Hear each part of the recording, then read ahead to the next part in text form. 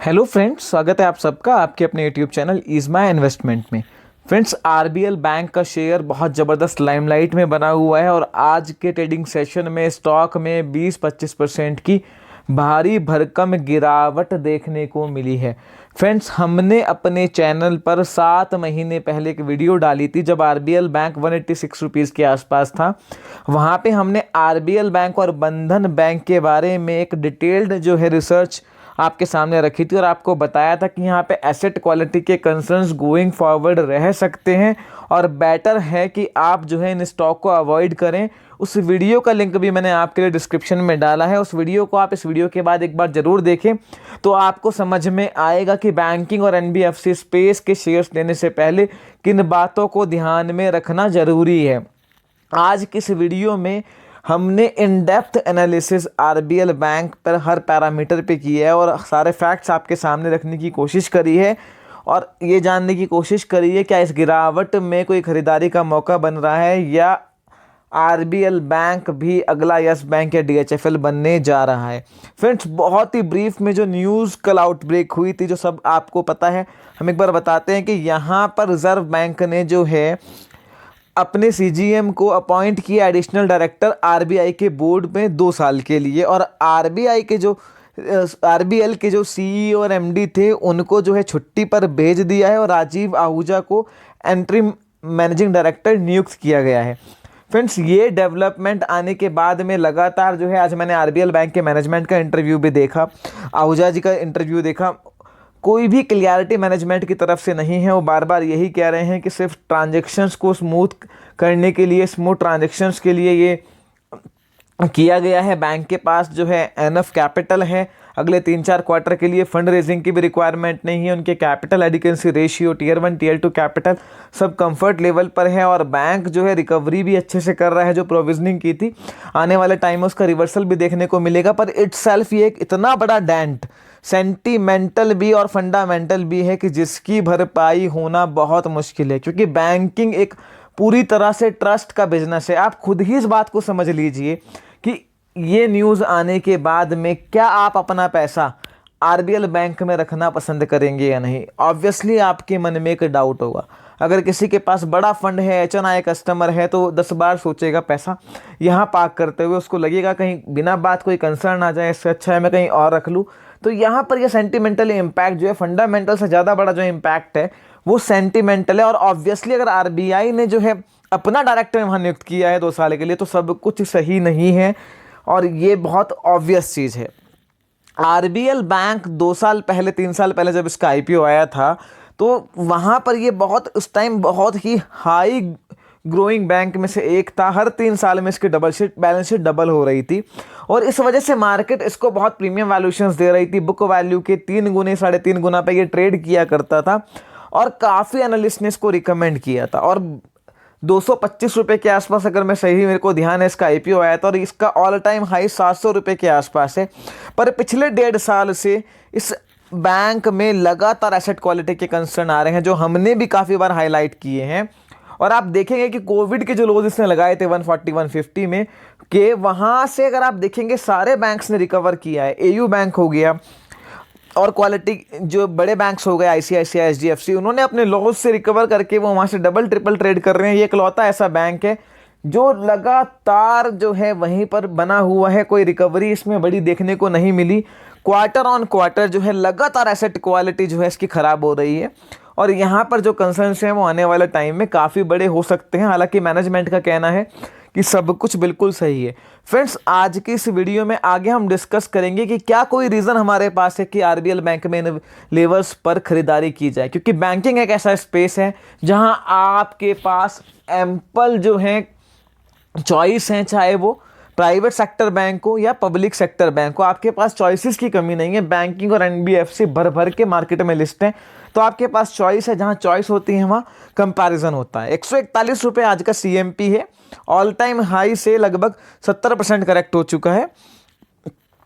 यहाँ पर इसकी मार्केट कैपिटल लगभग 8500 करोड़ के आसपास बैठती है। बहुत ही ध्यान से समझ लीजिए, ये ना सिर्फ आरबीएल बैंक, आपको हर बैंकिंग और एनबीएफसी शेयर को जब आप इवैल्यूएट करेंगे, उसको एनालाइज करेंगे, वहाँ पे काम आने वाली है। नेट एनपीए 2.25% के आसपास है। सितंबर क्वार्टर की मैं बात कर रहा हूँ। 680-690 रुपये इसका ऑल टाइम हाई है। 210 रुपये इसकी बुक वैल्यू है फ्रेंड्स। वैसे पिछले क्वार्टर में 30 करोड़ का प्रॉफिट किया था, उससे पहले 270-280 करोड़ का लॉस किया था। आने वाले टाइम में भी हो सकता है कुछ लॉसेस देखने को मिले। तो अगर नेटवर्थ जो है इरोड होती है तो बुक वैल्यू भी नीचे जाएगी। पीएसयू बैंक इसका क्लासिक एग्जाम्पल है। पर फिर भी चलो 210 की बुक वैल्यू पे माने तो लगभग 0.6-0.7 ऑफ द बुक वैल्यू के आसपास ये ट्रेड कर रहा है। 58% लोन बुक इसकी जो है रिटेल की है, जो कि एक बहुत अच्छा है। पर इनके जो बिजनेस लोन और रिटेल लोन है उसमें काफ़ी बड़ा एक्सपोजर अनसिक्योर्ड लोन का, यानी पर्सनल लोन और अनसिक्योर्ड बिजनेस लोन का है। बैंक का बिजनेस मिक्स तो काफ़ी अच्छा है, पर जो अनसिक्योर्ड पोर्टफोलियो है, क्रेडिट कार्ड 21%, और इसके अलावा जो इनका जो बिजनेस लोन और पर्सनल लोन है उसका एक्सपोजर काफ़ी बड़ा है। और जहाँ पर कोविड की वजह से एक बड़ा हिट देखने को मिला है, तो वहाँ पर जो है आने वाला टाइम में एनपीए बढ़ सकता है, और पीछे भी उसका इम्पैक्ट हमें देखने को मिला है। क्योंकि आरबीएल बैंक ने जब ट्रांसफॉर्म किया था अपने आप को new age private sector bank में, तो उसके बाद से इनकी लैंडिंग काफ़ी अग्रेसिव रही है। कोविड की वेव में भी बैंक को जो है बहुत परेशानियां झेलनी पड़ी हैं। काफ़ी बार मैनेजमेंट ने इसको बताया भी, और वहाँ से ओवरकम कर पाना इनके लिए काफ़ी मुश्किल हो रहा है। फ्रेंड्स, अब बात आप समझिए कि यहाँ पर आरबीएल बैंक आपको 0.6-0.7 टाइम पे मिल रहा है। 2% के आसपास नेट एनपीए है, 2-2.25% के आसपास। इसका कंपैरिजन अगर आप चलो कुछ प्राइवेट बैंक से कर लीजिए। मैं HDFC, Kotak, axis, ICICI top की बात नहीं कर रहा हूँ, मिड साइज प्राइवेट बैंक की बात कर लीजिए। यहाँ पे फेडरल बैंक आपको 1.1 ऑफ द बुक वैल्यू के आसपास मिल रहा है। 1.0, 1.1 के आसपास जो है इसका नेट एनपीए है। एसेट क्वालिटी में कोई प्रॉब्लम नहीं है। बैंक का बिजनेस मिक्स बहुत ज़बरदस्त है। बहुत जो है उम्दा प्रमोटर हैं, राकेश झुनझुनवाला यहाँ पर जो है होल्ड करते हैं। तो आप कंपेयर करिए, जब आपको फेडरल बैंक जैसा जब बैंक 1.1 के आसपास मिल रहा है, जो वैल्यूएशंस में और क्वालिटी में आरबीएल से कई टाइम बेटर है। इसके अलावा कुछ पीएसयू बैंक का नाम मैं लूँगा, इंडियन बैंक, केनरा बैंक, ये वो बैंक हैं जो 25-26 हज़ार 30 हज़ार करोड़ की मार्केट कैपिटल पे आपको मिल रहे हैं, और जो जिनका केटीएम बेसिस पे हम बात करें तो प्रॉफिट 5000 करोड़ से भी ऊपर जा सकता है।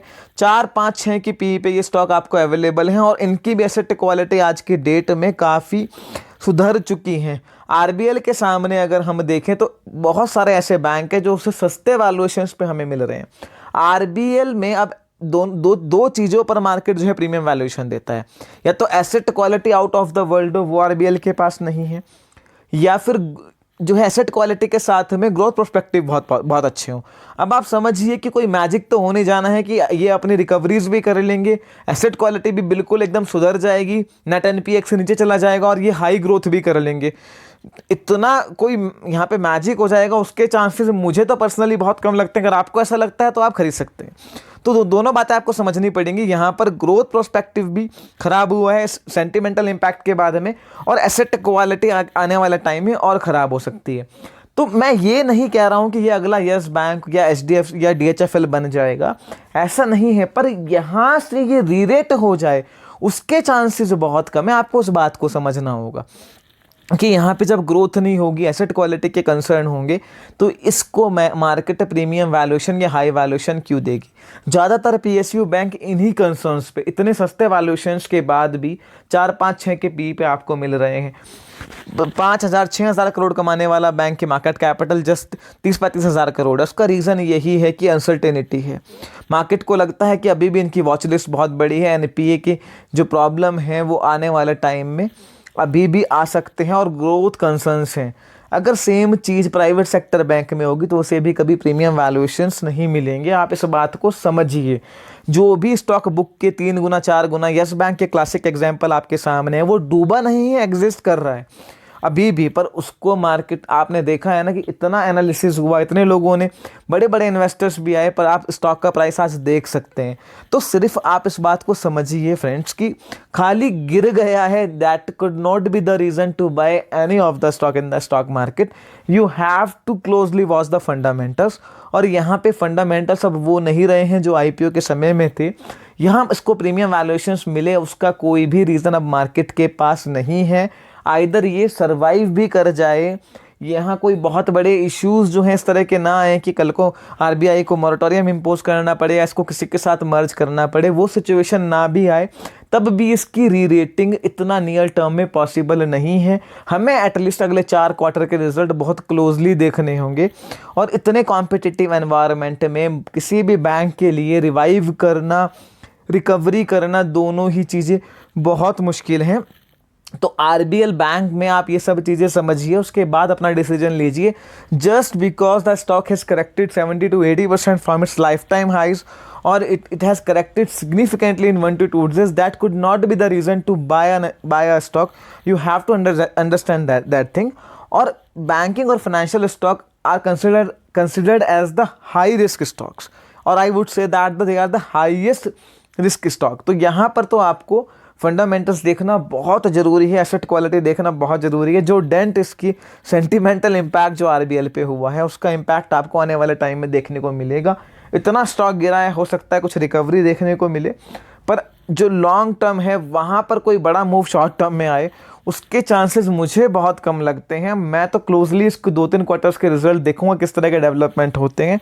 फिलहाल यहाँ बॉटम फिशिंग करना आपके लिए बहुत भारी पड़ सकता है। फर्दर आपकी कोई भी क्वेरी हो, feel free to ask me in the comment section. Video पसंद आई है लाइक कीजिए, दोस्तों के साथ शेयर कीजिए। इज माई इन्वेस्टमेंट को सब्सक्राइब करना ना भूलें। Thank you.